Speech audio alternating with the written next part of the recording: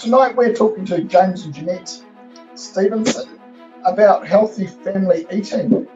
Jeanette was a qualified dietitian, and James's qualifications, he's been looking at gravel today, which apparently is very good for the gullet, if you're a bird. So they've both been, James and Jeanette have both been involved in preparing and creating healthy meals for their own family as well.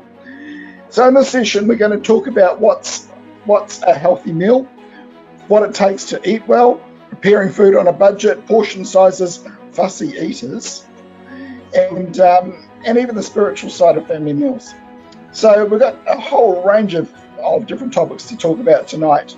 So prepare your mind for some mind food. Just thought as an introduction, we'd read a little section from Psalm 128. And it's the first 4 verses. It goes like this. Blessed are all who fear the Lord, who walk in obedience to him. And here's the eating part. You will eat the fruit of your labor. Blessings and prosperity will be yours. Your wife will be like a fruitful vine within your house. Your children will be like olive shoots around your table. Yes, this is the blessing for the man who fears the Lord. The man who fears the Lord is going to have a great dining room table.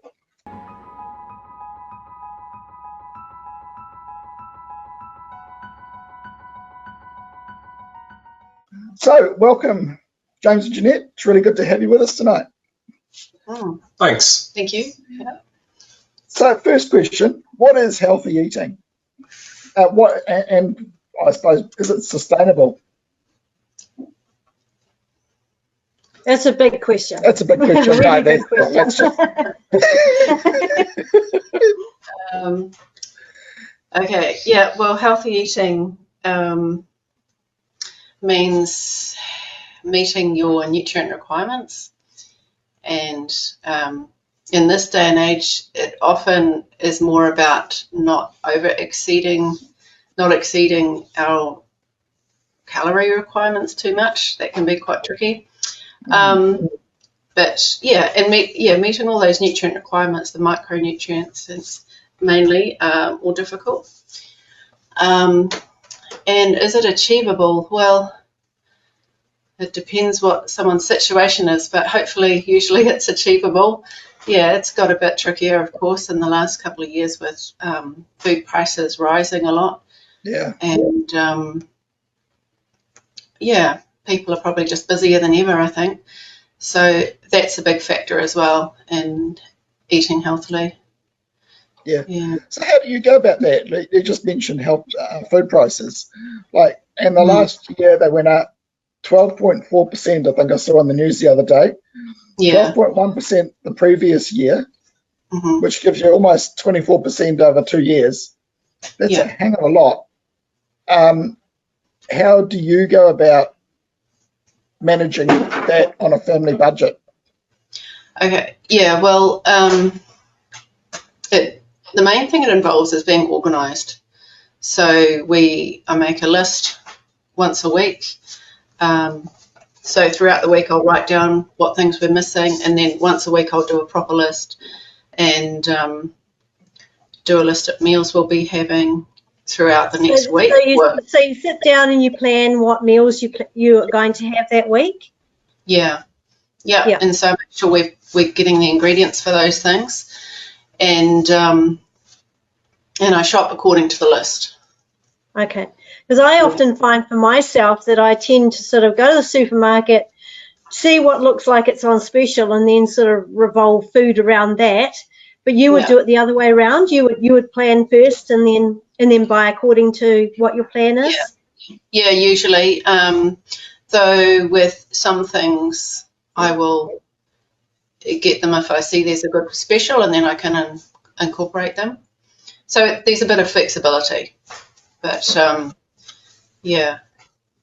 and sometimes if I go and an ingredient's not there, or there's just the expensive version there, I won't always get it, and I'll do something else instead for that meal. So yeah, there's a bit of flexibility. I tend to sort of get enough for an extra meal anyway.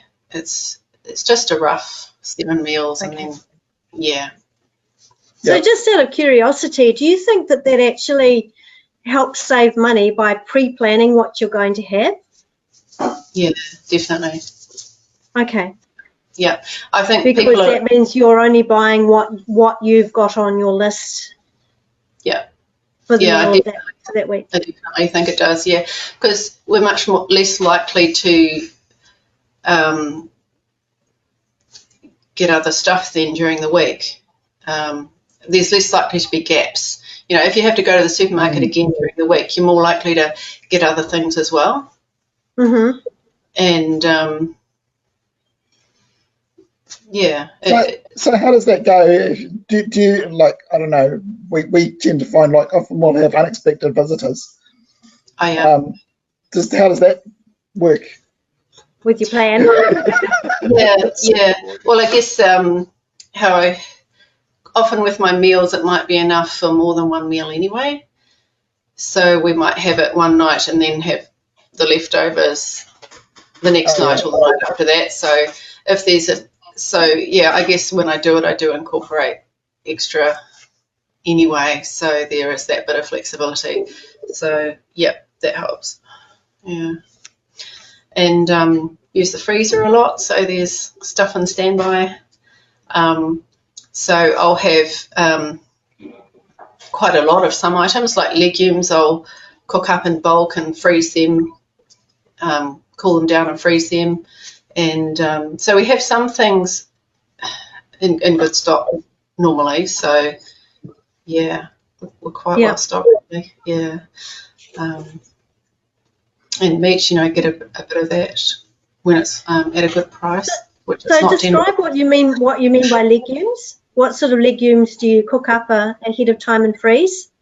Oh, okay. Well, lentils I don't cook up ahead, but I would cook up kidney beans and haricot beans and black beans. Chickpeas, yeah.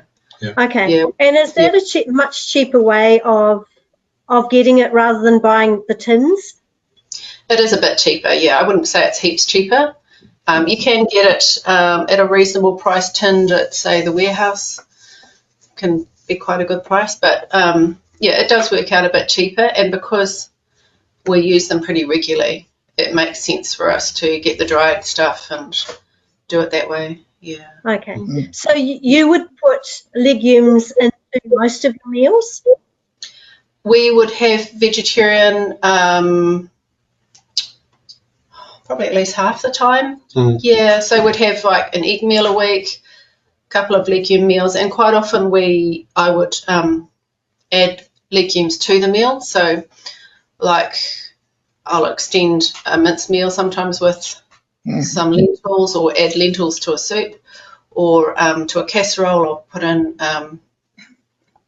maybe add some haricot beans, or to a curry even, like a chicken curry. It's not very authentic, but yeah, especially if I'm like, there's still actually quite a lot left from that first meal and I can extend it to make another meal. You can sort of add a couple of extra things, and so it's a little bit different, but it can make So what's the particular benefit of legumes? So they're really great for fibre. They're good for quite a few B vitamins as well. And New Zealand diets are generally really lacking in fibre. Like our fibre intake is really low. That's pretty common, actually. America is really low as well. It's just really important for us to get a lot of fibre.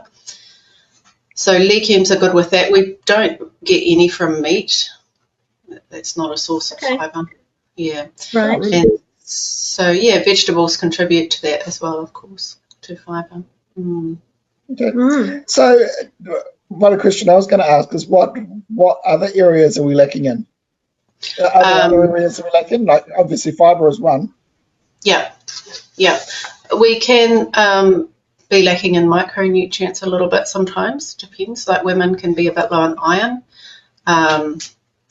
What else? We also tend to have, our salt intake tends to be too high. Like that was reduced quite a bit when bread manufacturers were made to reduce the salt content in processed bread. And so that actually cut New Zealanders' salt intake a lot, and it was done gradually over a period of time. So that was really successful. But our salt intake is still really high, and that's a problem because it increases our appetite for a start, because salty food you eat more. It also is not good for your heart, hardens arteries, and not good for heart disease. So yeah, high salt, high sugar, of course, that's a big issue. There's sugar in heaps of foods that it shouldn't really be in. What else?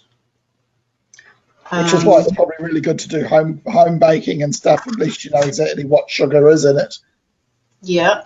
And we tend to have fat can be a bit high as well, and we have a lot of processed carbohydrates that can be a bit high. So rather than having like brown rice and brown bread and stuff, we'll tend to have the white variety. So yeah, that goes back to the low fibre intake too, because having the whole grain varieties will give us higher fibre. Yeah. So I guess the fibre aspect of things is very important for gut health, or one of the aspects for gut health. Yep. So in our gut, we've got, you probably know, we've got a whole lot of bacteria, and there's good bacteria and bad bacteria, and our good bacteria really likes fibre, is one of the main things, but also lots of other things. But high sugar actually feeds the bad bacteria, and and it's really bad for the good bacteria. So okay, so they're kind of at war with each other then. Yeah, they are. Always fighting for predominance there. Another thing we have a high intake of is ultra processed foods. So in New Zealand, the average person has a high intake of ultra processed foods. So just over half of what people get at the supermarket is ultra processed.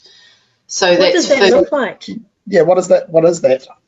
So what are some examples?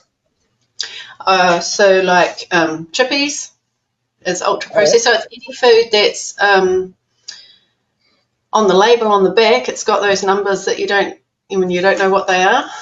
That would be an ultra processed food. So it's any pre-prepared food basically.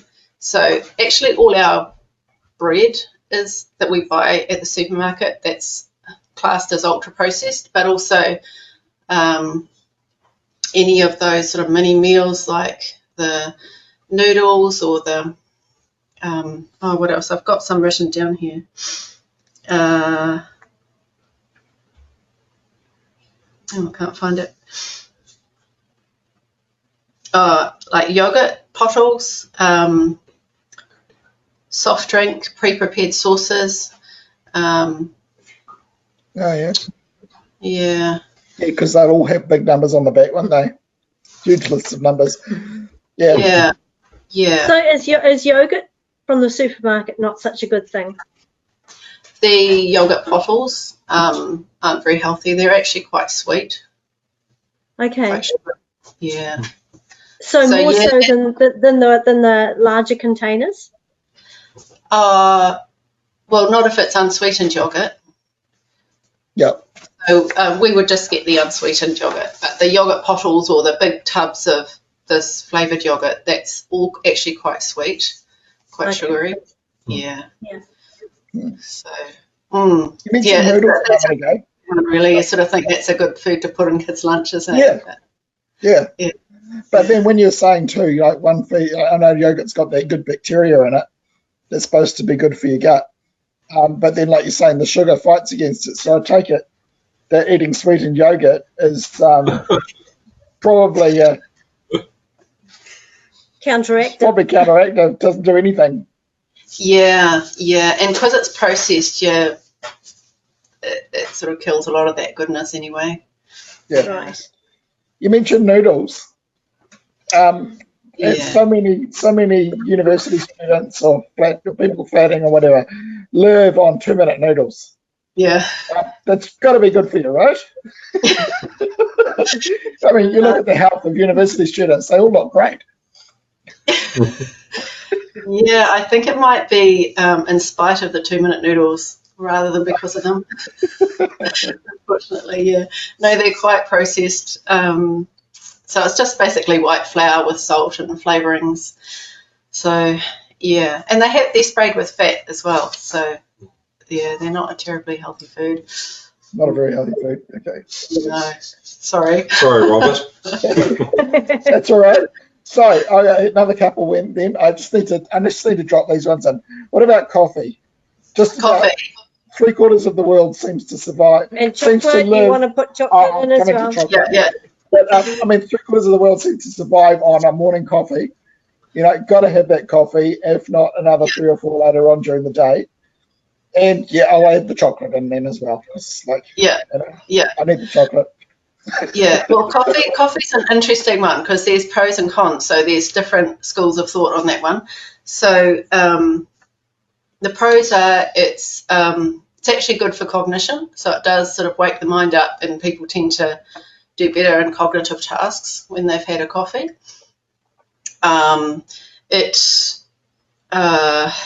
It actually lowers the risk of type 2 diabetes. Yeah, and it's got antioxidants in it. So, yeah, it Sounds like it's great for you then. Pardon? Sounds like it's great for us then. Yeah, and the cons are it makes us lose calcium. So through the urine, it makes us urinate more and lose a whole lot of calcium. And it actually can cause weight gain. So people think it would do the opposite because it's a stimulant, but no, the way that it works in the body, it makes us hold on to our weight, and it affects sleep patterns, so that's a factor for some people. Yeah, and also in the morning, if people have it like within an hour of waking up, that can disrupt the natural hormone regulation. So we'll emit hormones when we wake up to help make us alert, and if you have a coffee within that time, it can interfere with the body's natural production there, because it sort of takes over. Yeah, so I'm not sure whether I want to hear about chocolate now. well, chocolate's a bit simpler, but yeah, no, a recommended thing with coffee is just not to have masses of it, and yeah. And people tolerate it differently. I have actually stopped drinking coffee because it doesn't agree with me, but I haven't. no. You heard, James? Next time around, I'm not sure yet.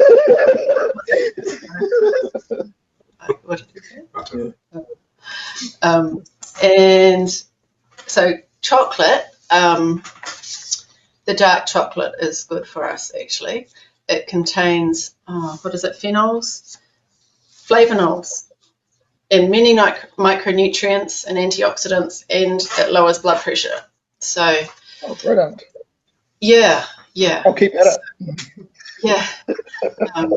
And Jeanette eats dark chocolate. Yeah. So if you aim for there's no sort of cut off, but if you aim for a sort of 70% or above cocoa content, and a couple of squares of that, it actually gives us a good dose of good micronutrients and flavonols. Yeah. All right. Okay. Sounds good. Keep Sounds up good. with the dark chocolate. We're happy with that. Yeah. Mm. Now, one I know a lot of people are going to be interested in is school lunches. Yeah. Well, I used to have sandwiches, Vegemite and cheese, Vegemite and lettuce, honey, something like that, and an apple or a banana, or I can recall a banana. That was basically my lunch, maybe a biscuit or something like that. It seems like today kids seem to want much more variety. What can you do? What do you do to make lunches interesting, easy, and nutritious? Yeah, well, the impossible 3. Well, our kids' lunches sound sort of similar to what you had, plus maybe a couple of extras. But Yeah, so they always have, so this is the girls who go to school. They would always have a sandwich, and they normally would have carrots and hummus, because I do big batches of hummus and freeze it, so they always put some in a little pottle and take that to have with their carrot sticks. And they'd have a piece of baking, so like a biscuit or a piece of slice or something. And they have a packet of raisins usually, and a bit of fruit, so like half an apple or a mandarin or something. And they also might have like raw cauliflower florets or Okay. celery and peanut butter, if they're allowed to take peanut butter. Sometimes they're not. Yeah, so that would be the basics of what they would have. So they have the sandwich and then a few other bits. So A few other interesting things. fruit, some raw veggie, and yeah, normally the hummus and a baked sweet treat. Yeah. So because it's repetitive, a lot of it makes it pretty easy and quick. Yeah. So what I'm hearing is that you do a lot of your food from scratch. Obviously, you're making your own hummus. I think you mentioned when we had our previous chat that you make your own bread as well. Yeah, just in the bread maker. Yeah. Yeah. Yeah, but the bread they take to school is bought bread, because it's not as crumbly, so it's sort of easier for school. Yeah. Folds easier and stacks easier, and Yeah. But the bread we have at home is homemade bread generally. Yeah, but I do tend to do a lot from scratch because it's cheaper and healthier. Yeah, and it generally tastes nicer too. Do you buy in bulk then as well? Sorry, what's that? Do you buy in bulk as well?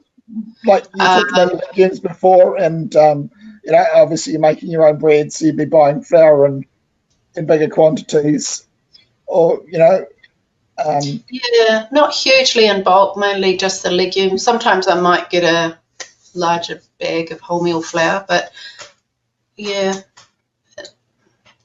not really, not more than what I've talked about already. So yeah. Okay. Yeah, so if you go to the bulk shop for the legumes and stuff like that. Yeah. Partly because you may not be able to get them at the supermarket anyway. Yeah. How do you go about cooking your legumes, by the way? You just boil it in a pot, or you put it in a slow cooker?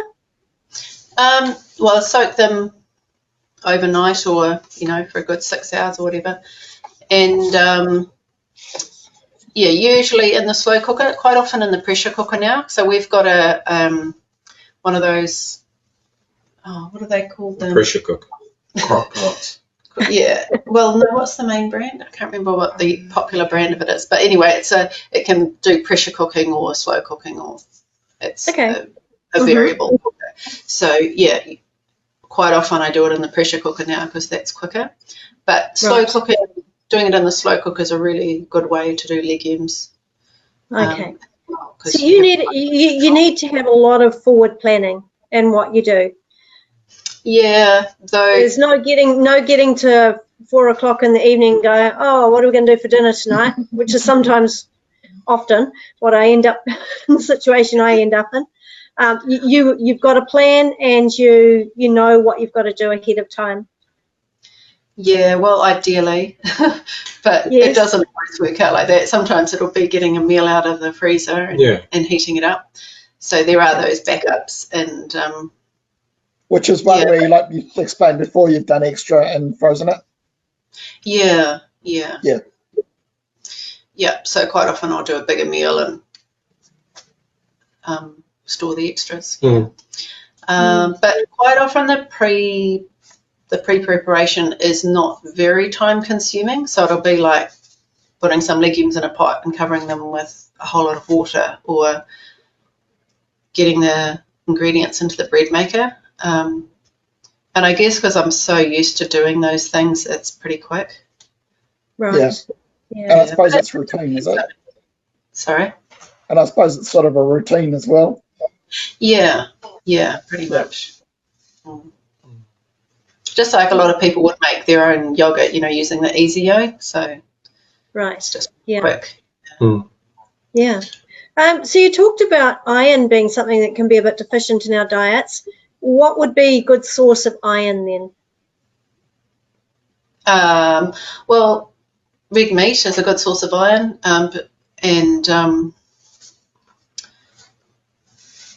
there's other food. Other foods have some, but they have a bit less. So, like eggs have some iron. Dark leafy greens have some iron.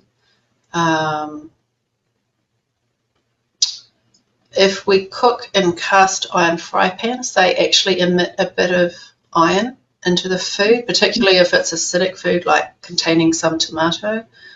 Yeah, actually, which is surprising. Is that a good thing? Well, it is. It is actually helpful in that case. Yeah, cast iron is good cookware, and the amount of iron it emits it's only small, but it is helpful. And if we have the iron that's not from meat, if we have that with something containing vitamin C, like an orange, for example, that will help us to absorb the iron. So you get small amounts of iron in quite a lot of foods, but yeah. Okay. Also, seafood, shellfish is quite a good source of iron.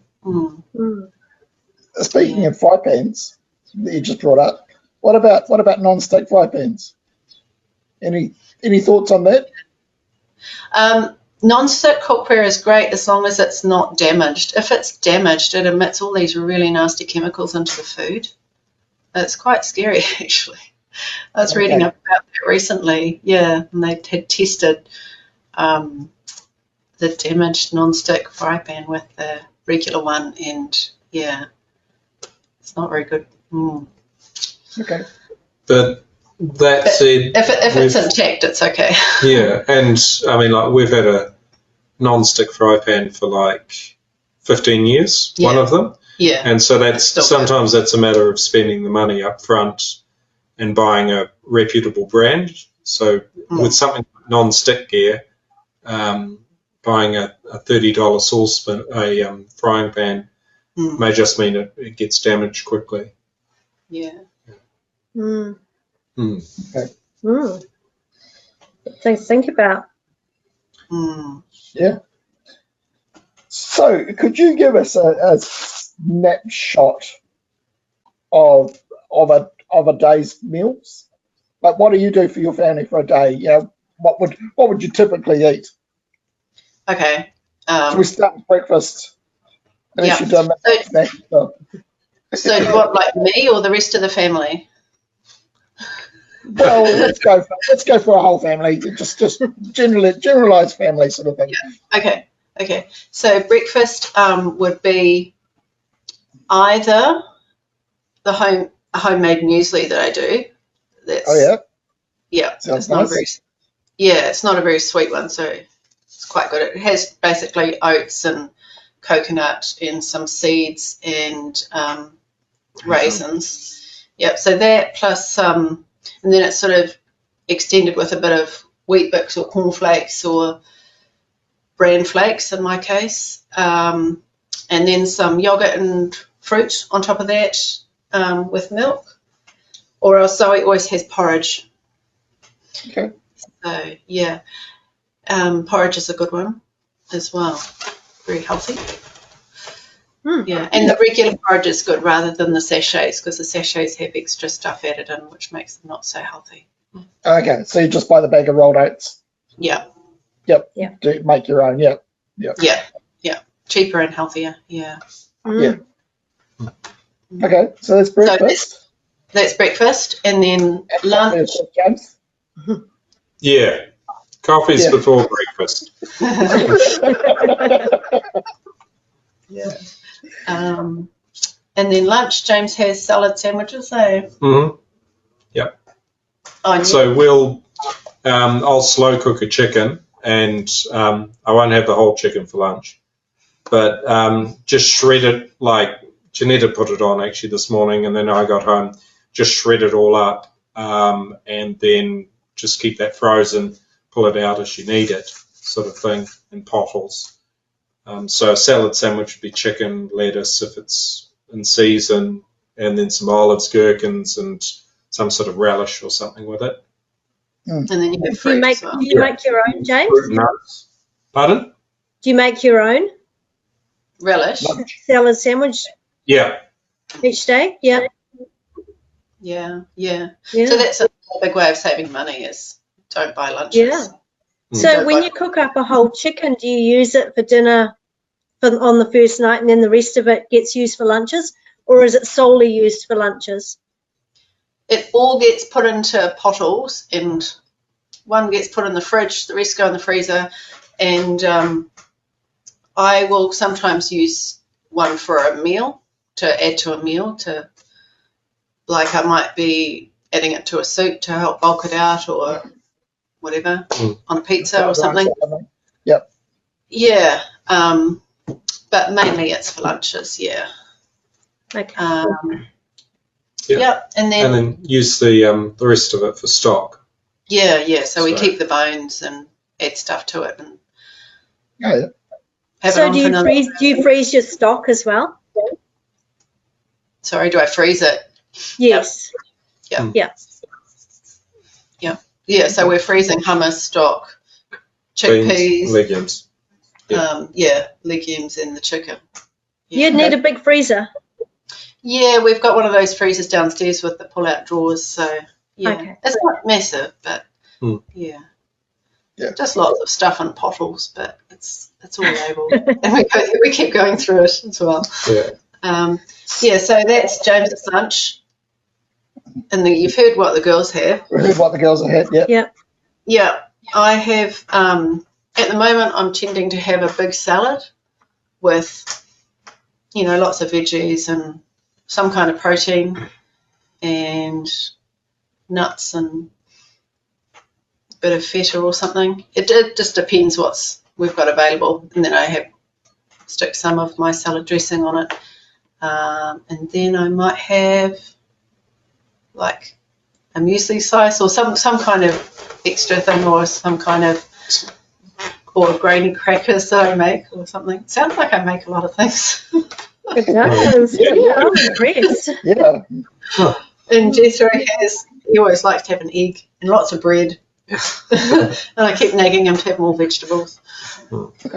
Yeah. Good. So by the time you get to after school and after work, is everyone hungry?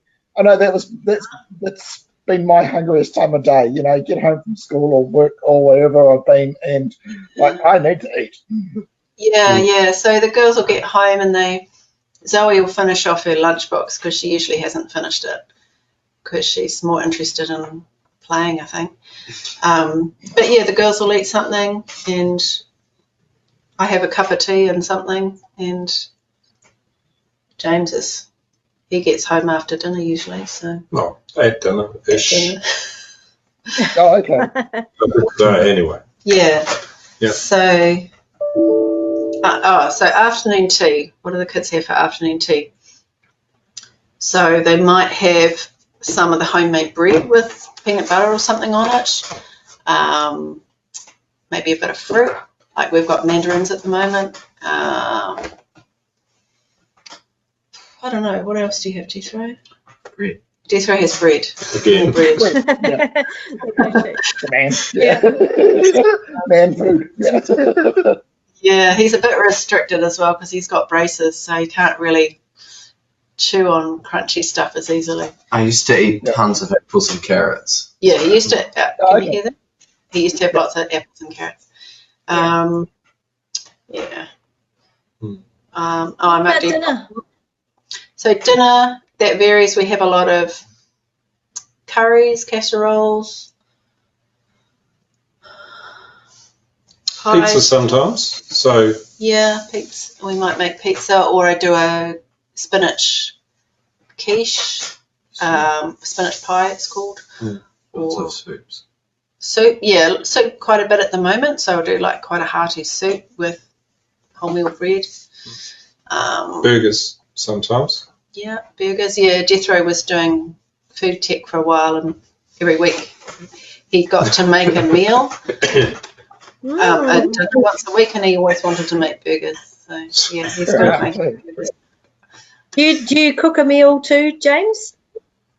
Occasionally, I did do it on Sunday, didn't I? Mm. Yes. So I did a curry last night. Mm. So recurring theme in terms of stuff that you can freeze, I think.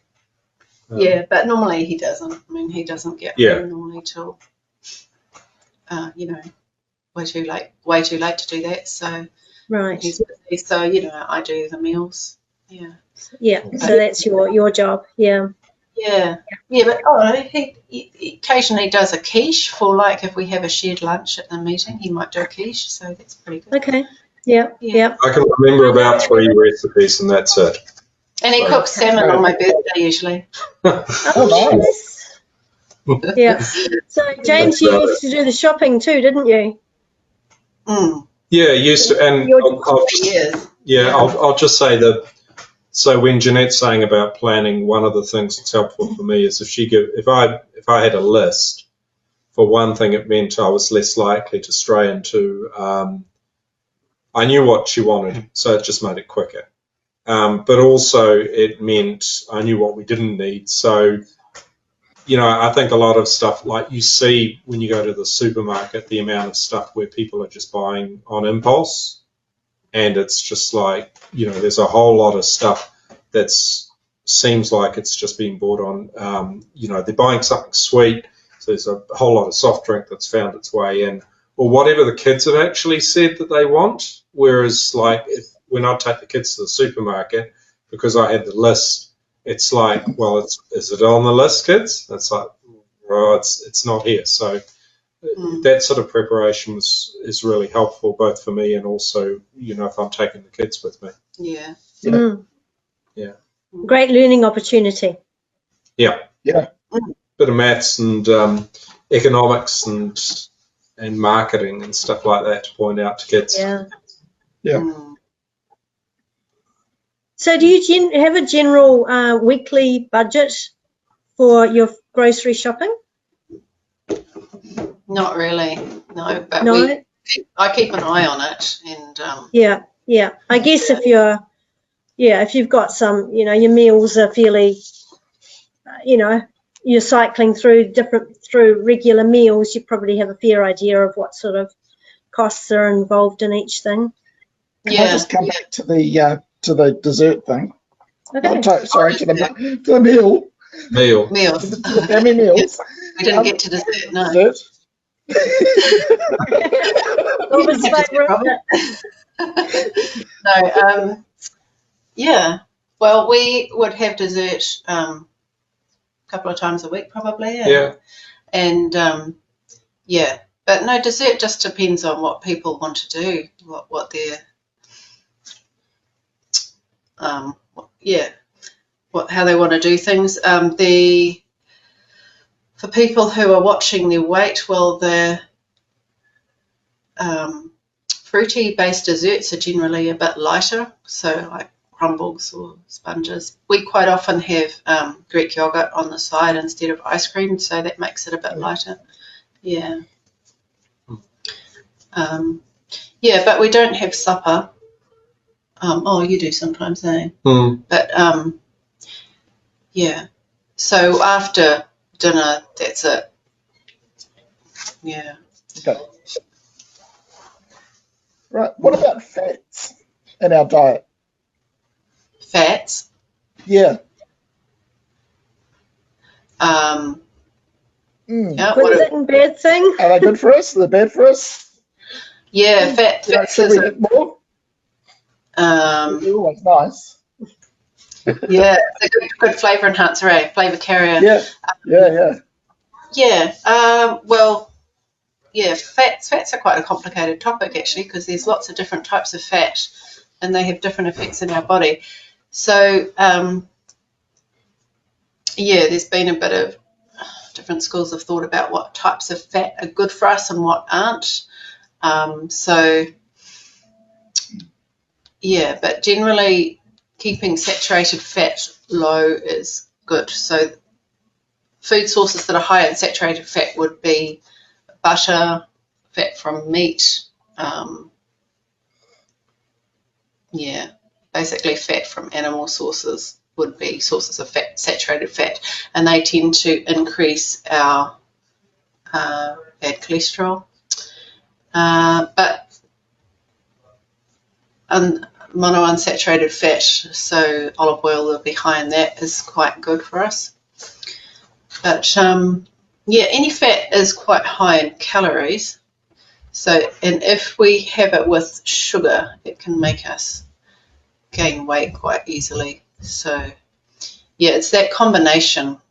It's more that sugar is the baddie rather than fat. Like, we do need fat. We need it for our hormones and good body function. So, yeah, I would focus more just on, for good health, on keeping sugar low. Right. And having a moderate fat intake. So not high or not low, but just moderate. It's good. Yeah. And trying to have monounsaturated fat where possible. Yeah. But we still have butter and stuff, but yeah. Yeah. Yeah, what's your thoughts on supplements? Well, so with nutrient supplements, I would only go for them if there's a nutritional deficiency. So if there's iron deficiency or so we, and you know, there's cases where things are fortified. So we've got iodized salt because our soils are low in iodine, and folate's been an issue with people, with pregnancy. So that can cause spina bifida if a woman has low folate intake in the early stages of pregnancy. So then I think bread was fortified with folate. So yeah, but generally I wouldn't go for general nutrient supplementation because it can be easy to overdo it, and nutrients tend to be better absorbed in their natural form anyway, so just in the food, because they complement each other. And yeah, people can get toxicity from nutrients pretty easily, and it can also, when we're having a lot of nutrients in an artificial form, our body can then learn to just excrete it a whole lot faster. So we just end up with expensive. Yeah. Can I add something on that from the pharmaceutical side? Okay, so my former work area was in pharmaceuticals, so I also know that behind the regulatory side of things, so what does a supplement actually need to prove? Supplements are marketed in a way that claim a certain efficacy for something, but they do it very carefully because they can't, because basically they're not required to show, by marketing it in a certain way, by having it as a supplement, you don't actually have to then demonstrate that it's efficacious, that it does a particular thing. Also, what can seem like a really convenient thing is like to get something that's a multi-nutrient supplement. So you buy something and it's got like 20 odd things there, right? And they're all mixed together, and so you take that and you think, okay, I've got all of that covered. But what they're generally not really required to do is to actually look at what happens to all of those things that they've mixed together. First of all, how does your body take it in? But even before it gets to your body, they're not required to actually show, at least in the New Zealand regulatory environment, how those different nutrients interact with each other. And sometimes what you get is incompatibilities where they basically break down, and that might be because of the other fillers or the additives that are required in there to give you a tablet, for instance, or it may be because you're mixing this vitamin with this vitamin here, and actually they're not compatible in the same, to be put together, if you like. So I'm sort of a little bit, having worked in the area and as a chemist, so working in the formulation side of stuff, I'm a little bit wary of relying on something like that too much, especially when actually, you know, your body is designed to take supplements in the, you know, if you like, a natural dosage form, which means in the food, and where you can take it in the food. Do it that way because that's how your body works best. So sorry, that's my little thing with this.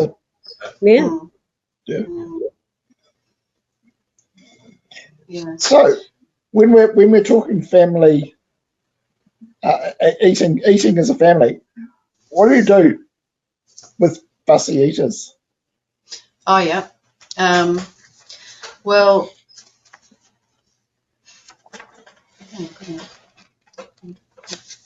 I'm just turning over the page because I have a few ideas written down. Oh, if I can find it. Basically, the first things to remember with fussy eating are golden rules. So you've got, the parents have 2 rules, and they choose when the child gets offered food and what's on offer, and the child can choose how much they eat and whether they eat at all. And sometimes fussy eating can be amplified by those rules getting mixed up. So like the child choosing what they want to eat, or the parent trying to offering them food at or them choosing to eat sort of frequently throughout the day. And that can contribute to fussy eating. So yeah, having the child have just 3 meals, 2 snacks a day is good, and not having extra snacks or grazing in between, particularly not having high calorie drinks in between. So with children, they should only be having water and milk, and limiting milk to probably under 500 mils a day for young children. So quite often as a dietitian, I would see kids having a high milk intake, and that just fills them up, and then they're missing out on other nutrients they'd get from food. So yeah, or having juice or something. So it should just be water and milk, not even juice. Just yeah. So that's a big thing. And then with the meal, if they have a moderate portion, because a large portion of food can actually be quite daunting. So we need to remember our stomach is only the size of our fist. So you think of a child, their fist is pretty small. And if we give them a large plate of food, there's no way they're going to manage all that. So Jethro's just asking. Yeah, looking at Jethro's fist. It's pretty big. Yeah. So if they have little bits and offer, so with the food they're not too keen on, just offer some familiar food on the plate as well as the food that they're not too keen on. What else have I got here? So sit down with them and try and avoid the focus being about whether they're eating or not. You know, if you can just talk about normal things, then that's helpful, and be a good role model. So eat with the child if they can be and have their meals at the same time. And I would actually avoid doing special kids food, you know, like a kids meal before the family food. If you can do, or before the adults meal, if you can do just a family meal for dinner, for example, that's good, because often the food that is made to be just for the kids can be like that beige food, just chips and chicken nuggets and I don't know what they have for a vegetable, but it can be all pretty bland looking.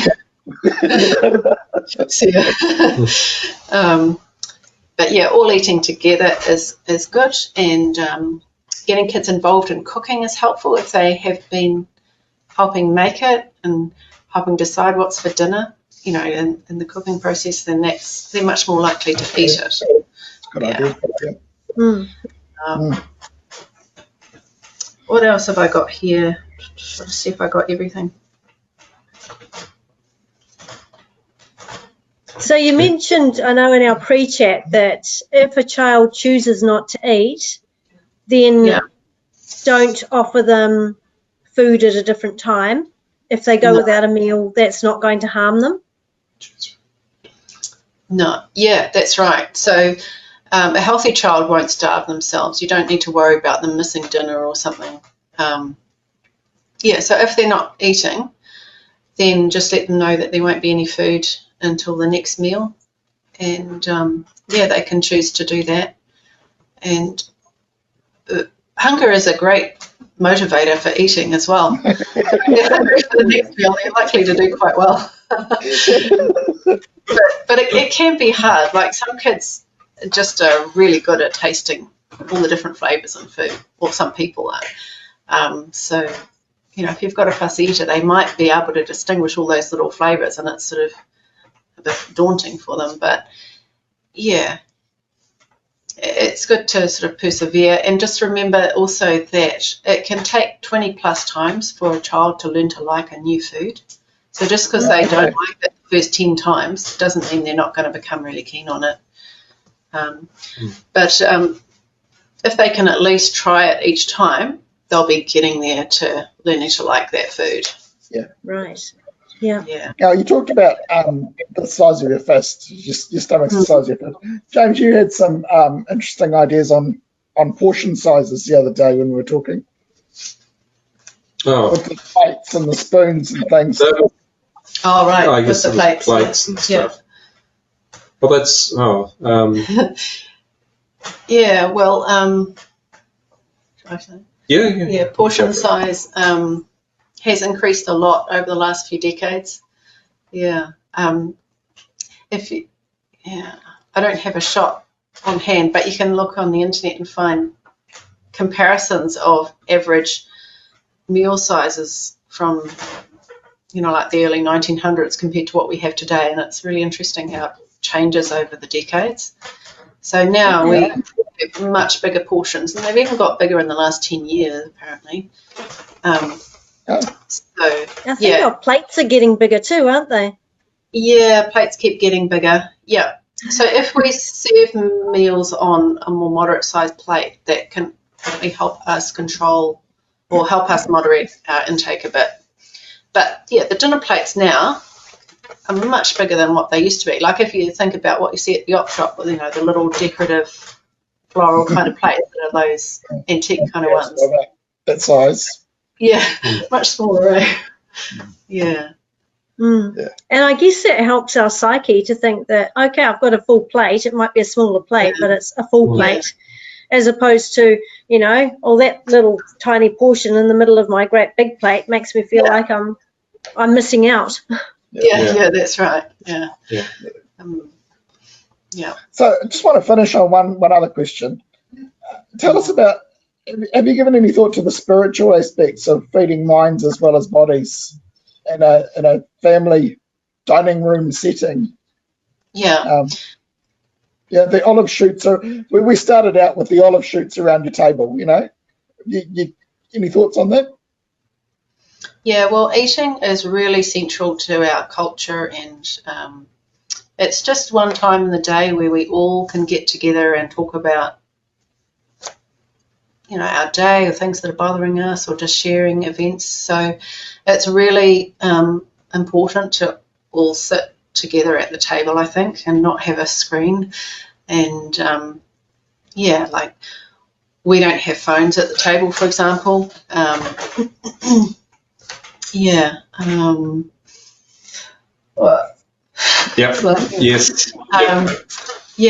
Not when there's more than one person there. Yeah. Yeah. So, and we try and do a reading after dinner as well. So So your Bible reading sort of included in a meal. Yeah. And of course, we give thanks for the food, so that's another spiritual aspect.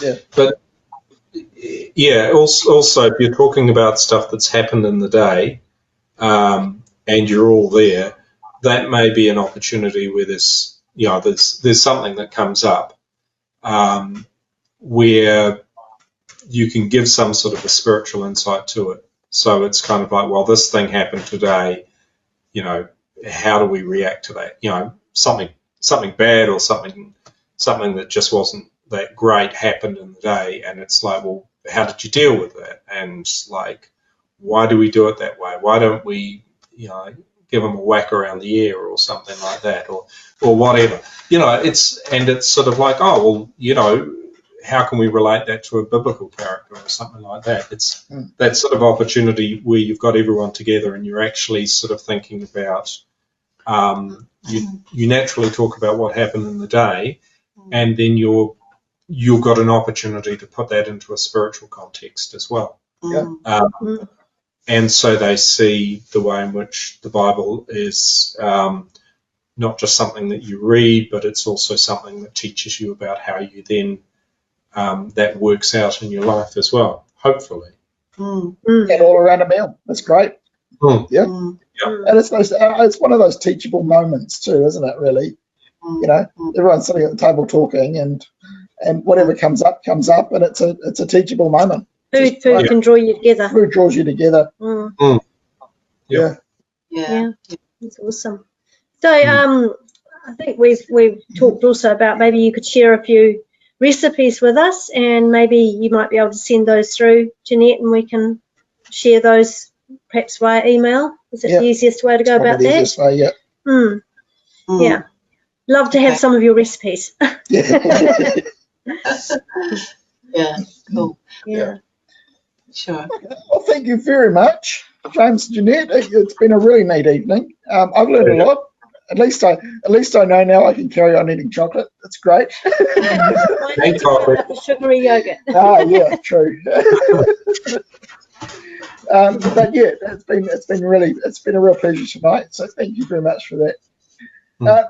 Next time on Family Matters, coming up on Family Matters, we'll put it that way.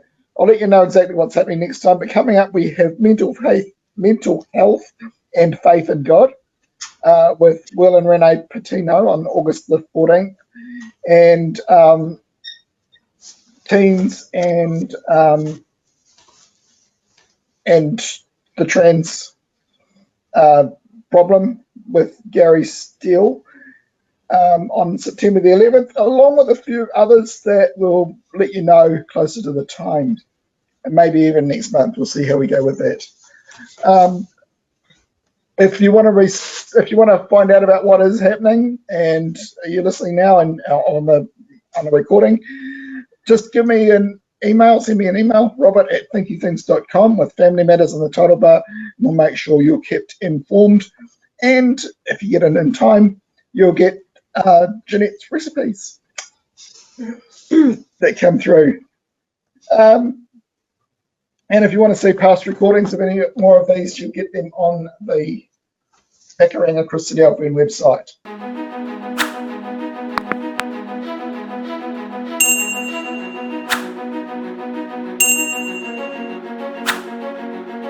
Don't forget to hit like, subscribe and share the video if you thought it was interesting. See you next time, God willing.